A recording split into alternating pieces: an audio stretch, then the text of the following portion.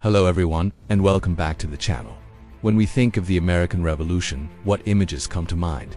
We probably picture George Washington crossing the Delaware, the Minutemen at Lexington and Concord, or the Founding Fathers signing the Declaration of Independence. These are iconic moments, for sure.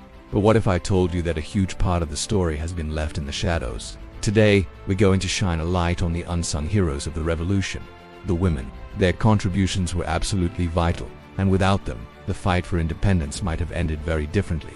Let's start on the home front, which, during the war, became a front line in its own right. When husbands, sons, and brothers marched off to fight, who kept the country running? The women. They took over the farms, planting and harvesting crops to feed their families and the Continental Army.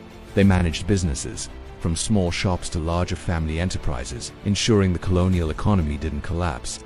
This wasn't just keeping things tidy. This was essential logistical work.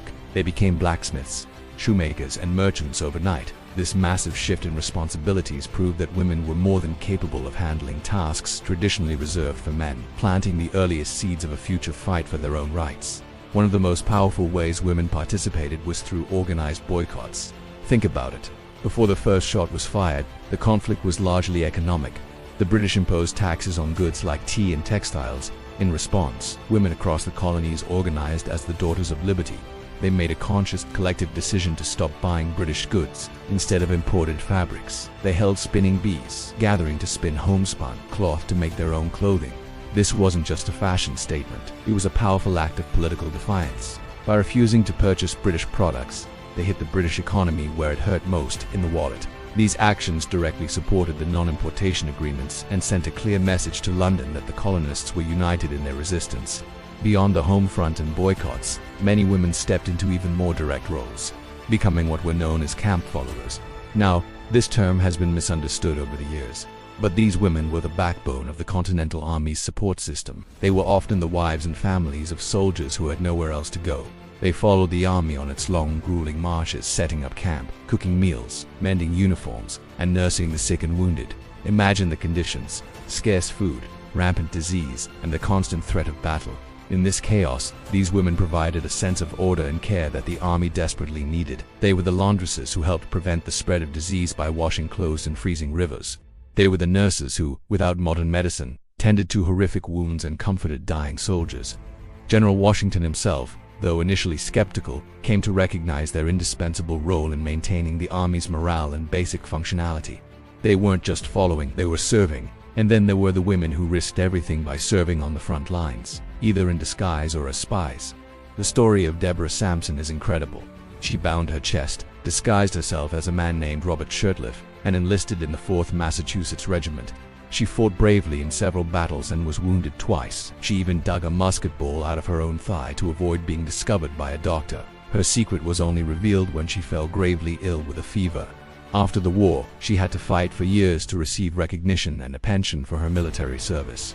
And she wasn't the only one. Margaret Corbin, known as Captain Molly, took her husband's place at a cannon during the attack on Fort Washington after he was killed. She continued firing until she herself was severely wounded. Her bravery was so remarkable that she became the first woman in U.S. history to receive a military pension from Congress. These women shattered every stereotype about female frailty and proved they could be soldiers in their own right. Espionage was another critical area where women excelled, because they were often seen as non-threatening. They could move through enemy territory and gather information that men couldn't. Agent 355, a still unidentified female member of the Culper spy ring, provided George Washington with key intelligence that helped expose Benedict Arnold's plot to surrender West Point. Her identity remains one of the great mysteries of the Revolution, a testament to the secret high-stakes world these women operated in. Then there's Lydia Durrah, a Quaker from Philadelphia. When British officers commandeered her house for a meeting, she hid in a closet and overheard their plans for a surprise attack on Washington's army. She then devised a clever excuse to leave the city, walked 4 miles in the snow, and managed to get the information to an American officer, saving countless lives. These women were not just passive observers, they were active, strategic participants in the intelligence war. Of course, we also have to talk about the intellectual and political influence of women. Women like Abigail Adams were not just supportive wives, they were brilliant political thinkers. A famous letter to her husband John while he was at the Continental Congress urged him to remember the ladies when drafting the new nation's laws. She warned that if women were not given a voice, they would be prepared to foment a rebellion of their own. Mercy Otis Warren was another intellectual powerhouse. She was a prolific writer, a poet, and a playwright whose satirical plays mocked British officials and rallied support for the Patriot cause. After the war, she wrote one of the very first histories of the American Revolution, ensuring that the story was told from a patriot perspective. These women used their words as weapons, shaping public opinion and contributing to the ideological foundations of the new republic.